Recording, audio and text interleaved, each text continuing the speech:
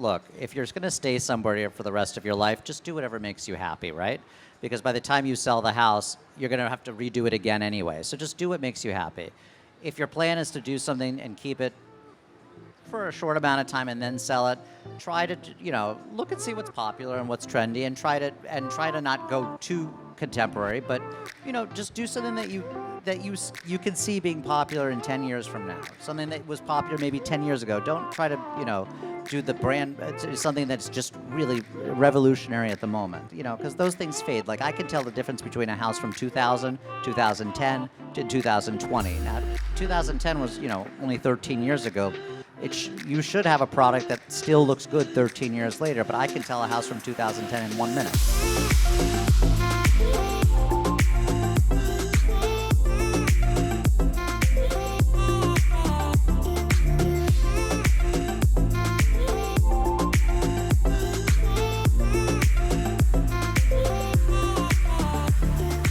I would like to introduce the one, the only Josh Flagg of Bravo's $1 Million Listing Los Angeles. Let's stand. Right, so we have Josh here. Hi, guys. We're going to get right into this. So obviously we all think we know Josh. We've seen him for years. How many years on $1 Million Listing? About 16. We made All it right. longer than well, I don't know, a lot of shows. Most shows don't last a year or 5 years. 16 is a long time. Yeah, 16 is a long time. I mean, I think Friends made it 8 years. So, I don't know. We're in good shape, I guess. Thank you all for watching. That is perspective. Friends, Josh Flagg, $1 Million Listing. All right, so we've seen you obviously on TV for a long time, but maybe the most difficult question of today, who is Josh Flagg? So, I started when I was 19 years old. I started really when I was 17, but you have to be 18 to be licensed in California. So I apprenticed under people when I was 17, but I got my license at 19. I graduated from high school at 18. I didn't go to college, so I went straight into business. And I immediately started selling houses. That's always what I wanted to do. I've always loved houses. It's always been my passion. When I was a kid, I kind of wanted to be an architect, but then I decided I didn't really want to, design homes for other people. I thought, I'm going to do that. I'm going to do it for myself instead. So, I always loved people, and I love design, and I love houses. So you put them all together, and what do you get? You get, a real estate broker. And so I started that when I was 19, and then the television show came about when I was 21. We started filming at 21. The show came on when I was 22. I'm now 37. So that's a lot of time on air. No, it's great. We've obviously watched you as an individual, as a professional, grow over the years.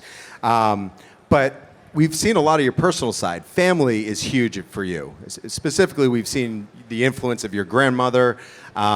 Just talking about family to start, what do you like to attribute to your success, or just the foundation that you had getting into the business? Well, I mean, definitely my grandmother. She was a really strong businesswoman, and she came to this country in 1948 with $2 in her pocket, totally self-made. Made everything on her own, and I definitely learned the value of a dollar from my grandmother. She taught me everything I knew, and taught me how to be a really strong businessman. So yeah, that definitely came from my grandmother. And I'm very close with my parents, and I have a sister, and but in terms of the business sense, I definitely got that from my grandmother. And you've been a part of a lot of different things. You're very charitable. You work with charities. I just learned that you're a commissioner. Mm-hmm. You wear a lot of hats, from business to other things that you're involved with. How does the charitable side, also help you stay balanced but contribute to the local community as well? Well, I mean, in terms of charity, look, my grandfather said something to me once when I was a kid. He says, you can't take it all with you. So, or, you don't have to die the richest man in the cemetery. So, I'm blessed to be able to have a fantastic life, but it's important to share it with others. So I sit on several different charitable committees and volunteer in different charities as well.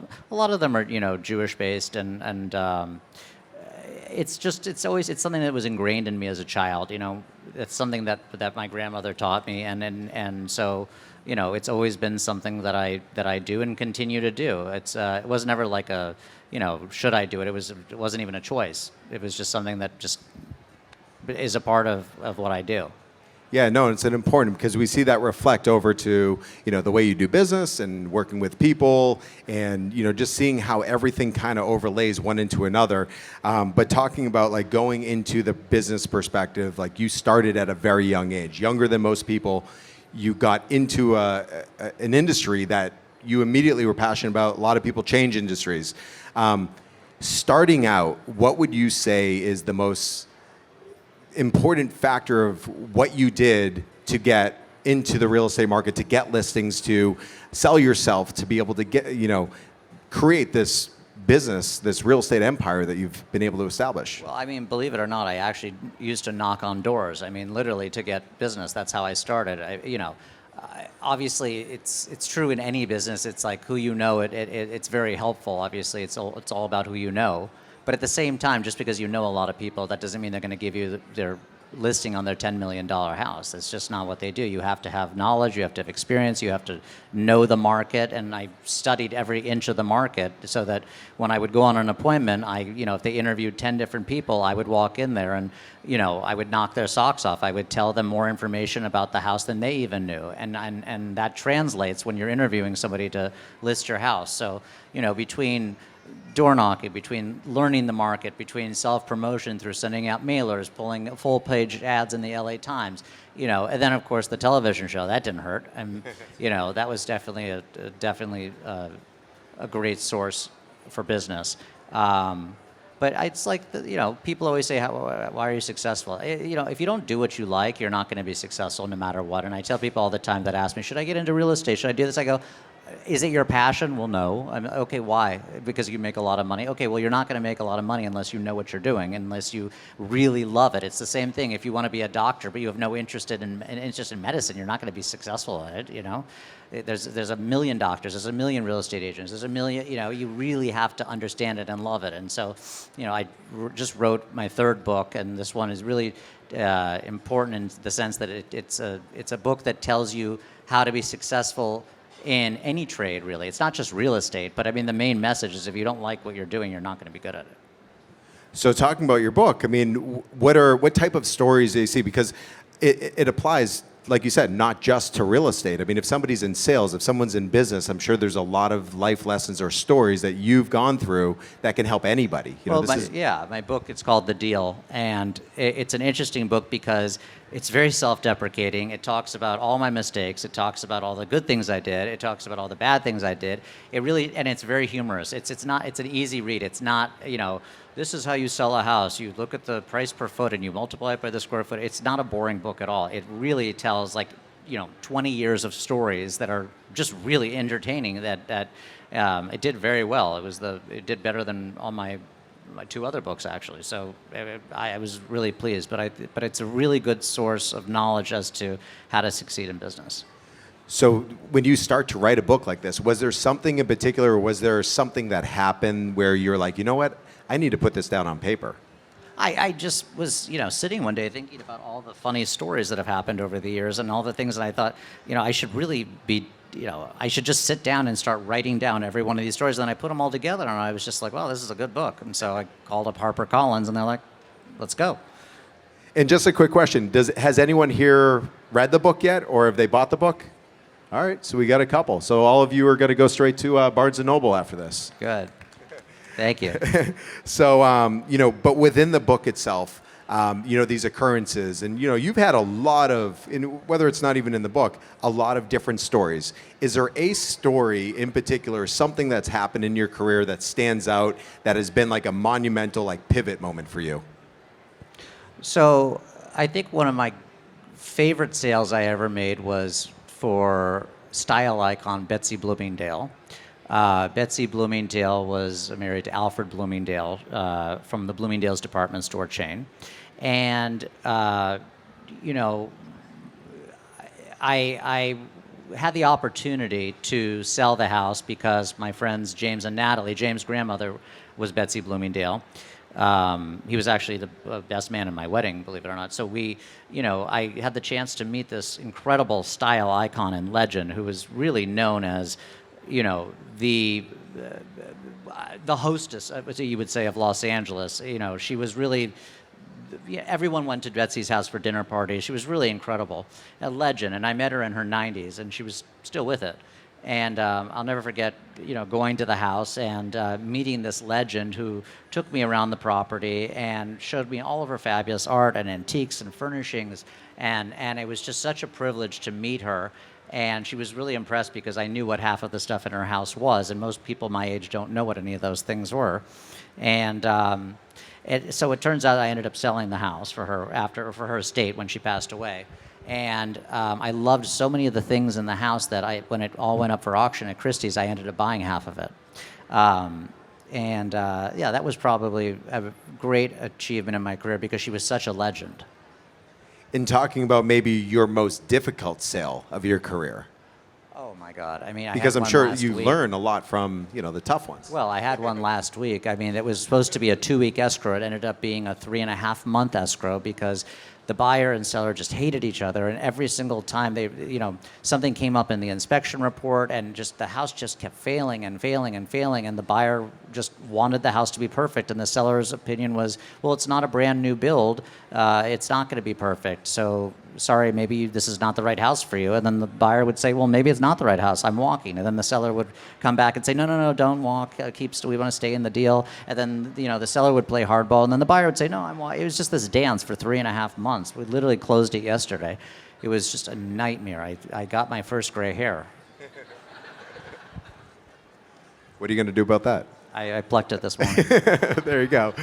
So, in talking about the show, because we've seen so many transactions, so many stories, so many, from excitement to drama to everything that the show really encompasses. Talking about Altman, you've had your ups and downs. Yeah, it depends on the week.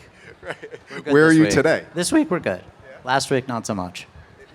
Traveling together, dinners together. Yeah, I mean, this week we're good. Last week was not fun. Love, hate. Yeah, love, hate. He's a good guy, though, underneath the facade.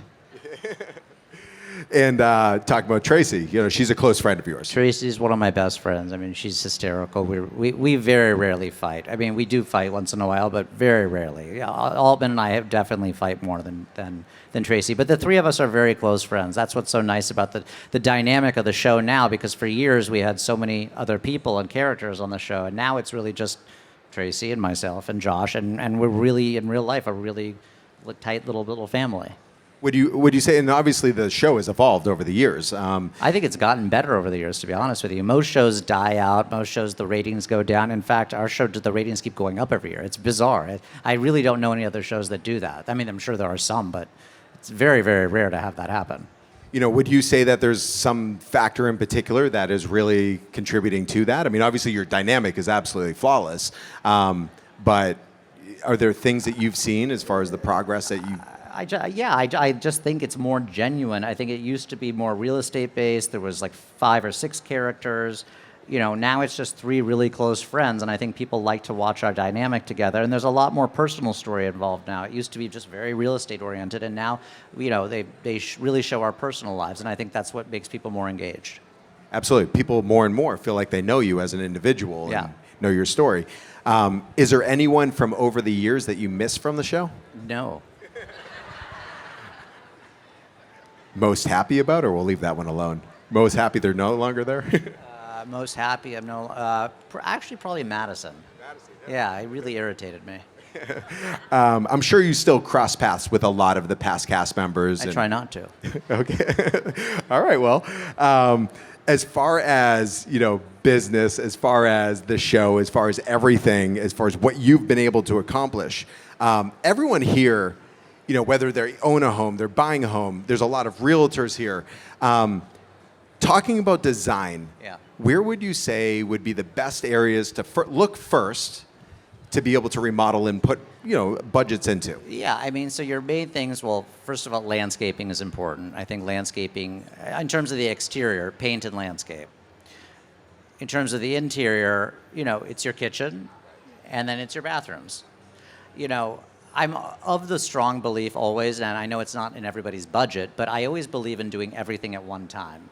Because you don't want things to look hodgepodgey or look, over time styles change, trends change, and you don't want you don't want like the White House, the red room, the green room, you want everything to be cohesive. Now, that's not always in everyone's budget, but it's always good to do things that are more neutral and that will stand the test of time. Keep in mind, contemporary dates the quickest. So, the more traditional it is, it's obviously going to have a most long-lasting effect.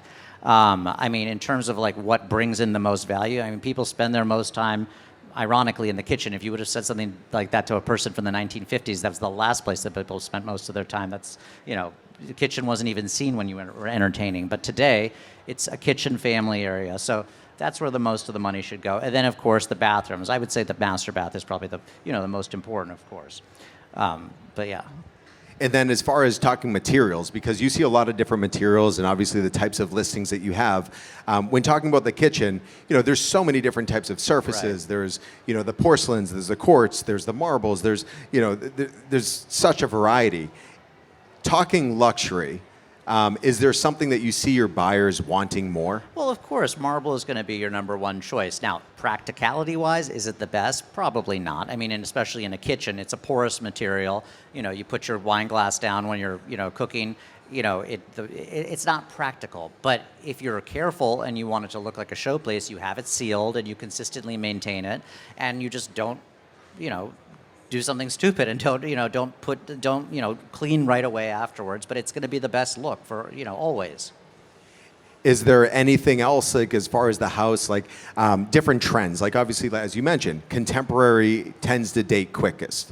Very quickly. We see a lot of wall coverings have come back in a lot of different ways. There's Venetian plasters, there's wall panels, there's wallpapers. Are you seeing any of that more than others? Look, the most timeless look is always going to be in your kitchen, a Calcutta or a Carrara white marble. That's timeless. That's, that'll be around in 20 years. It was around 20 years ago. Obviously, the problem is when you start getting into these really contemporary products that anything that looks like, whoa, I've never seen that before, probably means that you're probably not going to see it in 10 years from now. Again, it's trendy, right? And it could look really good in this moment of time, but A, if you're selling the property in the next 10 years, you don't want to redo it again. And B, if also you don't really want to be living with something in 10 years that looks like it was, trendy 10 years ago. No, absolutely. And we see a lot of that coming and going. But, talking about the homes that you see in LA and here in South Florida, there's a lot of synergy. There's a lot of similarities. What would you say, and obviously yourself, we're talking about, a home that you're purchasing here in South Florida. What would you say as far as the variation or the differences that you'll see as far as what you see in LA versus here? Well, I think in LA, the only difference is people are a lot more, it seems, the standards seem to be a lot higher. I was just talking to my business partner yesterday, and we just bought a house in Miami. We were talking about what we need to do in the house, and I started saying, well, we need to do this, and we need to do that. And he goes, Josh, that's the expectation in Los Angeles or Beverly Hills is, over the charts. But you really don't need to go that crazy here. People have good taste here. Just in LA, they have good taste, but they're also just total snobs, and they need everything to be, the finest of the finest of the finest. So he was just like, chill out. We don't need to go that crazy. So, but stylistically, it's very similar. But like I said to you, I was like, well, I want to do iron doors and windows in the house, and you said nobody does that. Everybody does aluminum here. So. Yeah, talking about doors and windows, and most people are putting in aluminum. Yeah. But there's so many great manufacturers and, obviously building codes and things like that, people have to really abide by. Steel is not as right. popular. And it's 14 times the price. Right. That as well. And also, there's a lot of different design styles and everything that do come into the South Florida market. It's an international marketplace. LA obviously is as well. But, there's a lot of different influence here that you'll see that translates, from other countries. Right. Does anyone here have any specific questions that we can ask Josh? Ask away. All right, I'm going to step down and we're going to go for a little bit and ask some personal questions in the sense of what you might be doing on our project. Not so much a project, but I've been in sales for about 25 years, and I just got my real estate license last Saturday. Oh, congratulations. So, yeah, it took me three tries, but I passed, and thank God. So, and now I'm just weighing out some options. But what would be except buying your book, which I'm going to do, what would be the number one thing you would recommend for me to start with? Well, I would definitely say apprentice under somebody that's established in the business, that has a team, and, work under them. And the best thing you can do is sit their open houses, because that's the way that you get clients. You sit the open house, and then if somebody comes in that wants to buy it, well, you can make a sale that way. Or if they don't want to buy that, you take them and you sell them something else. You're All welcome. right, we have a question here. Yeah. Palm Beach Island has a lot of fascinating homes. Are you familiar with them, and would you ever love to list any homes in Palm Beach Island? Well, I'm not licensed in Palm Beach, but our, Douglas Elliman that probably has the biggest market share here, and Miami. So we can do business here. We do a lot of business here. I just personally am not licensed here, but I would love to sell here. All right, we have a question over here. It's a little off topic, but I was wondering, when are you going to come back on Days of Our Lives as Yuri? Actually, I think next month. We were on, 3 weeks ago. I think the next one comes out next month. Thank you. Hi, Josh. Big fan. Watched it since you guys started. Curious, why do you think the $1 million in Miami never took off, and what do you think is going to come back? Well, like I said, I think that people like our relationship between each other, myself and the two other people on the show, and I think look, you have to like the characters. If it doesn't matter what you're selling, if you don't like the characters, the show's not going to be successful, right? So, we've had $1 million listing in New York, Miami, San Francisco, LA. We've been on for 16 years. New York had a good run. I think they had 8 years. San Francisco was maybe a year. Miami was maybe a couple of years. But I think it's all about the person that you're watching. Do you predict that it's going to come back to Miami? Well, I would say probably not. I can't comment. That's a NBC Universal question. But I usually shows that get canceled don't come back. Well, thank you so much. Best You're of welcome. luck. All right, we have a question here. Hi, my name is Tanya Draskovic, and I am an artist and also work for One Sotheby's. Do you think presenting my art, which is abstract, will help me in the open houses or to create more clients?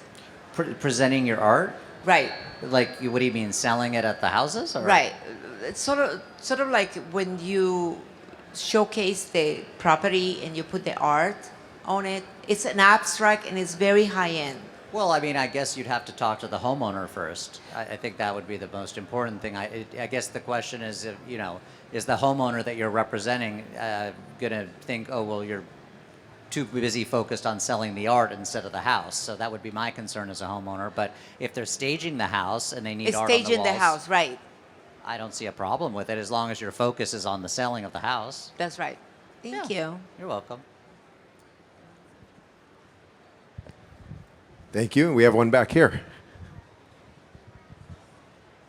I was just going to ask, how has the mansion tax affected your business? That's a nightmare. I mean, it's like communism. I mean, it's just, we have in Los Angeles now this 5% tax that's inflicted on any house over $5 million that the seller of the home has to pay, no matter what, which is a lot. That's an entire commission, and there's nothing you can do about it. I mean, if you don't want to pay it, then you're not selling your house. It's as simple as that. So, it's the market's slow right now because of that. But I mean, look, people need to sell their houses, so they're going to just have to get used to it. It's the same thing as interest rates. People keep complaining about interest rates rising. Well, relatively, I mean, interest rates are not that high. I know it sounds like 5 and 6% sounds like a lot of money, but that's what they were for years. People are just spoiled now because we were printing money, and at 2%, people just got really, people are used to that, but that's not realistic. So people just have to get used to it. Otherwise, you're not going to be selling your house. We have a question here. Hi, Josh. First of all, I love your show. Thank you. I'm a former meteorologist, now a realtor here in South Florida. Do you have people in Los Angeles moving to South Florida? And if so, what are they looking for? The reason my clients are moving here, frankly, is for tax purposes. So, that we've had a little bit of an exodus out of California because of the taxes. They went to Nevada, they went to Texas, they went to Florida. But once they get here, I don't really get involved with what they're doing here. They use their own brokers. Have you actually had clients moving here that looking to purchase, people that you've worked with? Yeah, but I mean, I refer them to a broker like Douglas Elliman, and they get really involved with it. Yeah. Hi, Josh. Hi. My name is Helen. Hi. This is off topic, but what is your favorite cocktail? My favorite cocktail? Yes. Actually, a Gibson. Do you know what that is? It's a vodka with a pearl onion. We have a question here. Get really fucked up from them. Okay, I don't want your exact address, but where in Miami approximately did you buy your house? North Bay Road. Oh my God, that's where I used to live, and now I moved up here. Oh man. Maybe I bought your house. You could have been my neighbor. 4,000 block. We have a question here.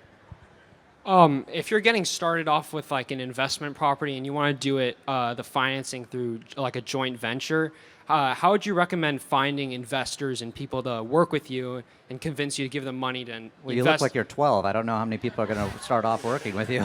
I guess so people give you the money and then you flip the house? Well, no, it'd be for like an ALF, ALF. assisted living. Okay. So I guess the question is, what are you bringing to the table? Like, if somebody's going to give you the money to do it, like, what are you bringing? I don't know. I guess returns. Okay. I mean, it's a great concept, but I mean, like, usually somebody wants to see, like, background, like, what you've done in the past, like, what your Right. experience is. I'm not trying to make you depressed. I'm just... No. It sounds great. I'd love to do the same thing. So give me money to do something I don't have any experience in. I think just start working under somebody and learning the business, whatever it is. Learn the craft, and then once you get, then work your, But I mean, if you, I'm not answering your question, am I? No, that's good. Perfect. Anyone else? Yeah. Question here? At the end of the last show, on the screen we see 750 million. And I'm curious, is that you yourself or you and an entire team? And if it's a team, how many in the team? Just me.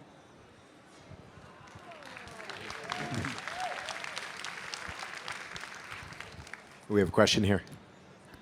And that's incredible. 750 Thank million. you.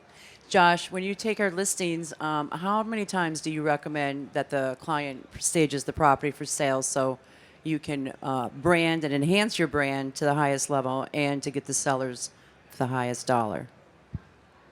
Do you recommend? Yeah, it really just depends on the deal. I mean, most of the time we end up staging the houses because, everybody's taste is so personal and it's really hard to sell a house if it's not neutral. But if a house is designer done and it's, perfect, I mean, we're not going to stage it. But even a house that needs a lot of work, we generally stage it. It's really hard to sell a house that's empty, when somebody moves out, and that's really difficult to do. But so staging is a big part of our business. All right. Josh, we're over here. One question. Yeah. Can you guide me how to sell a $34 million commercial property if you're just starting out? I mean, that's congratulations to start.